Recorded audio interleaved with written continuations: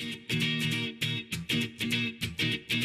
2, 3, 4, get my shoes and out the door. 5, I'm alive. 6, 7, 8. These are Britain's unicorns.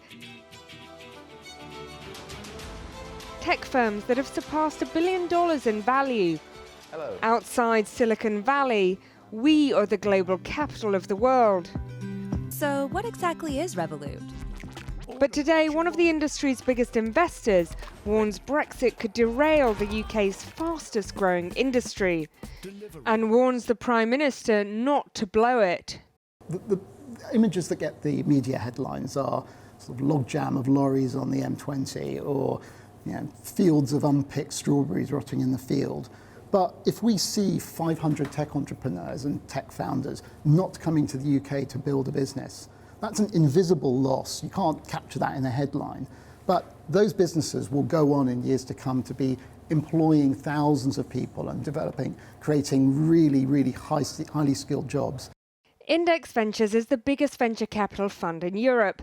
It's backed some of the most famous startups in history, from Facebook to Skype and Dropbox and Deliveroo. TransferWise is another example. The company has radically cut the cost of moving money around the world, claiming it saves its customers £3 million a day in bank charges.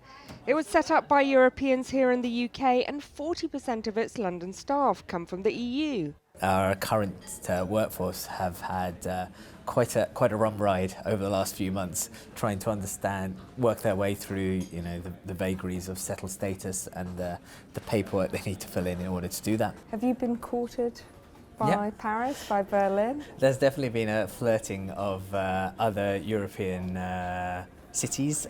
Nilan says that for now, company headquarters will remain in the UK, but the company has been forced to create new offices and licenses in Europe to meet post-Brexit regulations.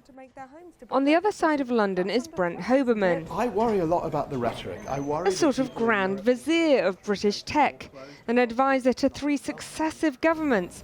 He founded lastminute.com 20 years ago, as well as a string of other well-known brands. Yeah, the biggest worry is that the tech sector represents the future in this country, and that a hard Brexit or a no-deal Brexit could really threaten the success that we've had, the inward investment, the huge amounts of investment that's come into this country, the job creation, the tax payments from technology, and actually partly, just to be honest, the image of this country as being one that is forward-looking, is going to seize the future. So all of that will be under threat. It's not just people who decide they don't want to come into the UK, but it's the great talent here who says, actually, thank you very much, we've had enough. And there is an arms race among European capitals to capture what London has done over the last 20 years for the technology industry. They see what this tech nation has done for this country, and they see an opportunity to steal that European mantle from the UK. Do you think that maybe some of the backlash that created Brexit is a frustration at the startup culture, the tech culture that is primarily based in London? What more we can do to make sure the benefits of technology success are spread across the country is something that people, I think, across the world are now starting to address. You'd have to be blind now not to sort of think that fairness is right up on the agenda, and it is one of the causes of Brexit. The stresses of Brexit immigration policies could also mean mega funds like Index relocate to Europe, which would be a huge blow to UK companies. The UK receives more than half of the funding that we've placed into European startups. Could that change? Yes, I think that's our nature of our business, and if the talent is to be found elsewhere in Europe, we will shift our investment accordingly. The government still has a chance to prevent the worst effects of Brexit on the tech startup ecosystem. What would your message be to the Prime Minister? And skilled immigration has been critical to our success in the startup world and technology world, and that's been absolutely critical to our economic growth, and it will be even more critical in future, so don't blow it. Delivering unicorns will be harder to manufacture if Britain closes its doors to European migrants.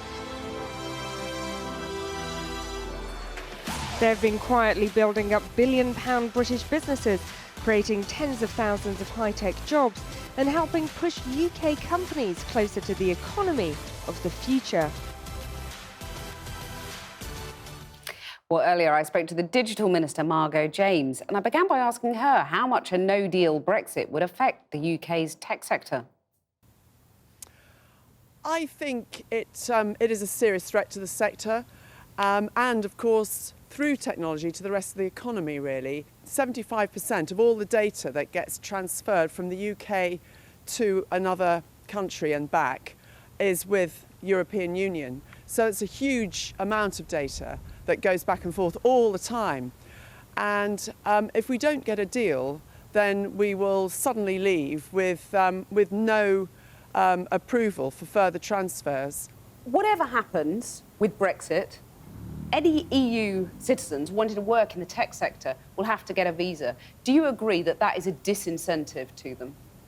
Well, I think what's important is that we make sure that people in the technology sector know that this country is the best place to work in Europe, and we are certainly not going to put any barriers down to people who have the talent that our sector needs. The other side of this coin is the need to develop talent and skills in Britain now.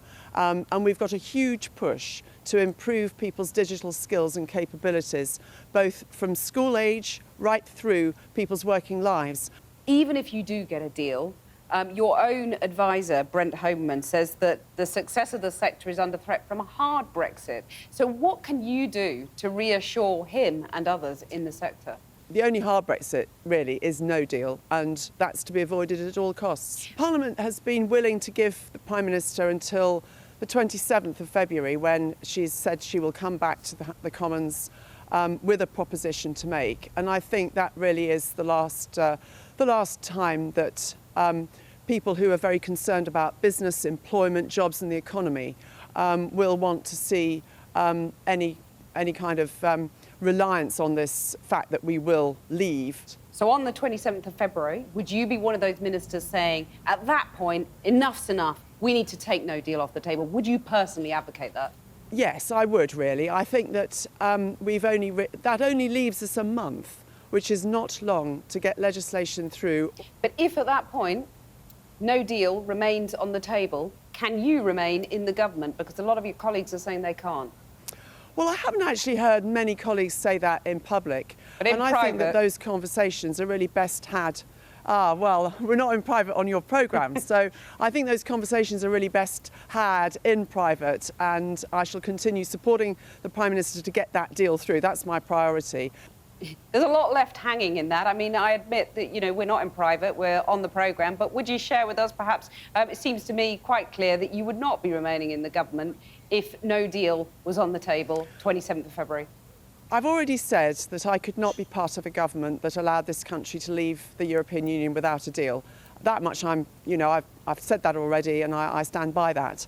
And are we going to see then an en masse resignation of ministers in that scenario, where the only thing that is left is a no deal on the table? Well, I hope not. Not because I'm worried about the resignations so much as because I'm worried about the country leaving without a deal. Last night, we saw hardline Brexiteers, led by Jacob Rees-Mogg, inflict yet another humiliating defeat on the Prime Minister. Is there room for them and you in the same party? We certainly are poles apart. That is true. I think, I'm not full of trust, really. I was very disappointed that they chose to vote against what was a very reasonable motion last night. They're not voting for the Prime Minister at a critical juncture when she wanted to go to Brussels with the support of Parliament behind her is terrible, really. Margot James, thank you very much.